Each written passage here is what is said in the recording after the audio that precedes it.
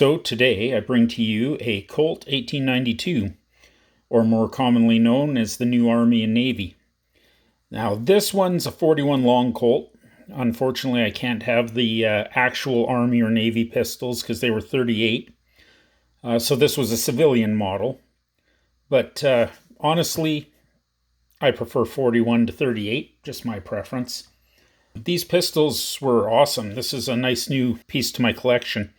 So they were the first general issue double action revolver with a swing out cylinder issued by the U.S. military, or to the U.S. military.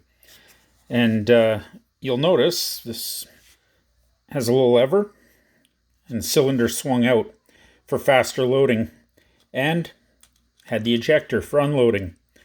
So that was a really fantastic feature. Prior to that, most of the pistols had a loading gate, and you'd put the rounds in one at a time here and rotate the cylinder as you went. So these, they got around that. They were an improvement. It's a single and double action. And I'm not going to dry fire it, but you can see that that's going. And you may notice something else unusual about this. Watch the cylinder. Because I was messing with it. Let's try that again. It's rotating that way, counterclockwise. So that was an unusual feature. This is the first pistol I've ever had that rotates counterclockwise. Every other pistol, typically, it's a clockwise rotation. But for some reason, the military wanted that at the time, although I think it may have led to having maybe less robustness in the pistol than it could have had. At least that's what the internet says. I personally don't understand why that would change how robust the innards are. The cylinder rotates one way or the other. It shouldn't matter. One other thing to show is that the originals would allow the cylinder to rotate freely. Now, when you're shooting, it's locked up, stays locked up with the trigger pulled, but with everything released, it would allow it to rotate.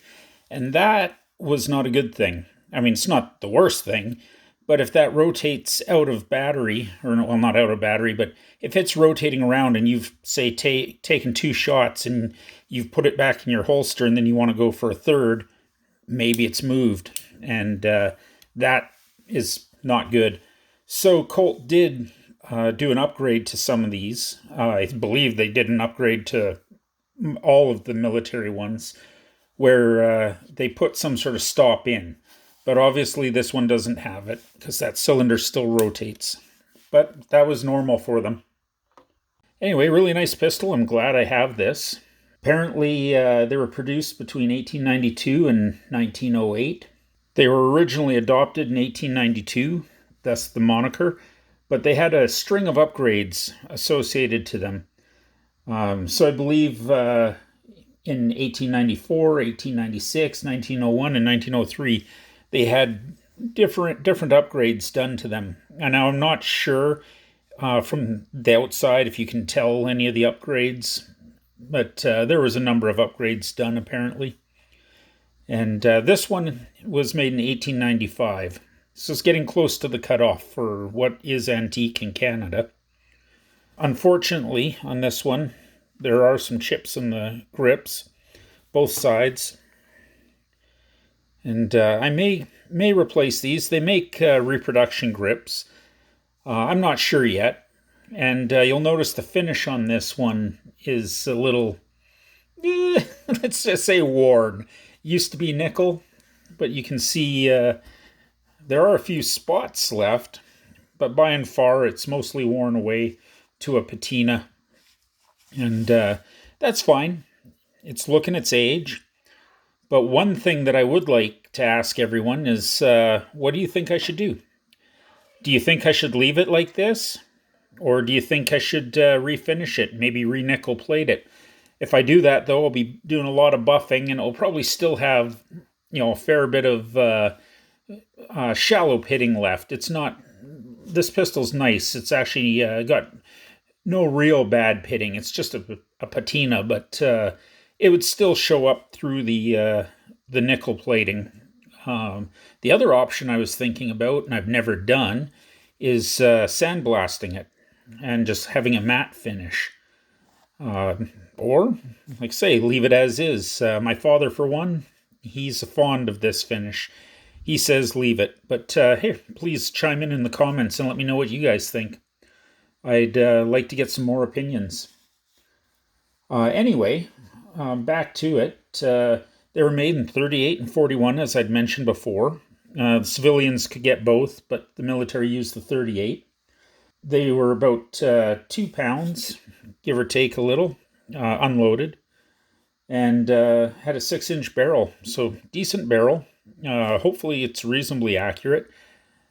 And 6-shooter. There's 6 chambers on here, so pretty standard.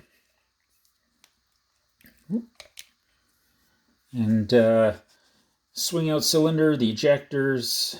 One thing that I found that was interesting is Theodore Roosevelt.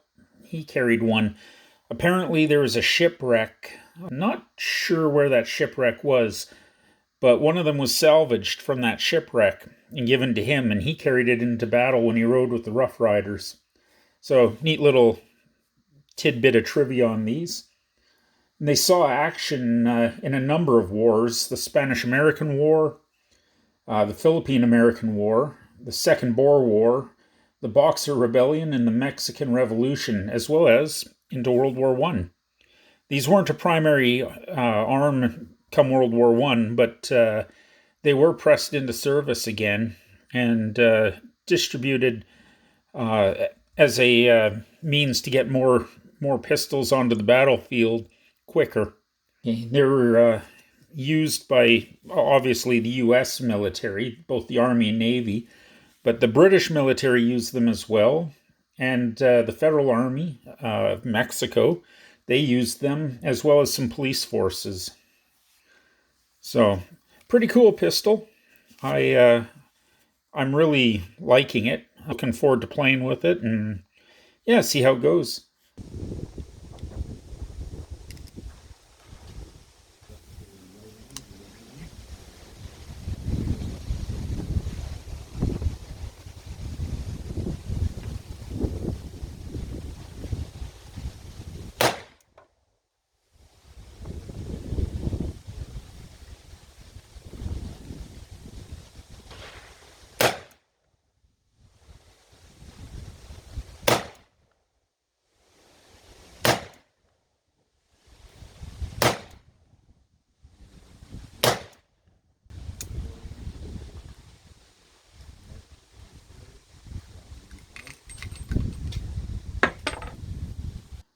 So anyway, hope you guys like this one, and yeah, let me know what you think about the finishing. I might just leave it, but yeah, some opinions. I'd like to see what you guys think. Anyway, if you like the video, please like and subscribe. It helps me out, and hopefully I'll keep bringing you guys more. And yeah, till then, have a good one.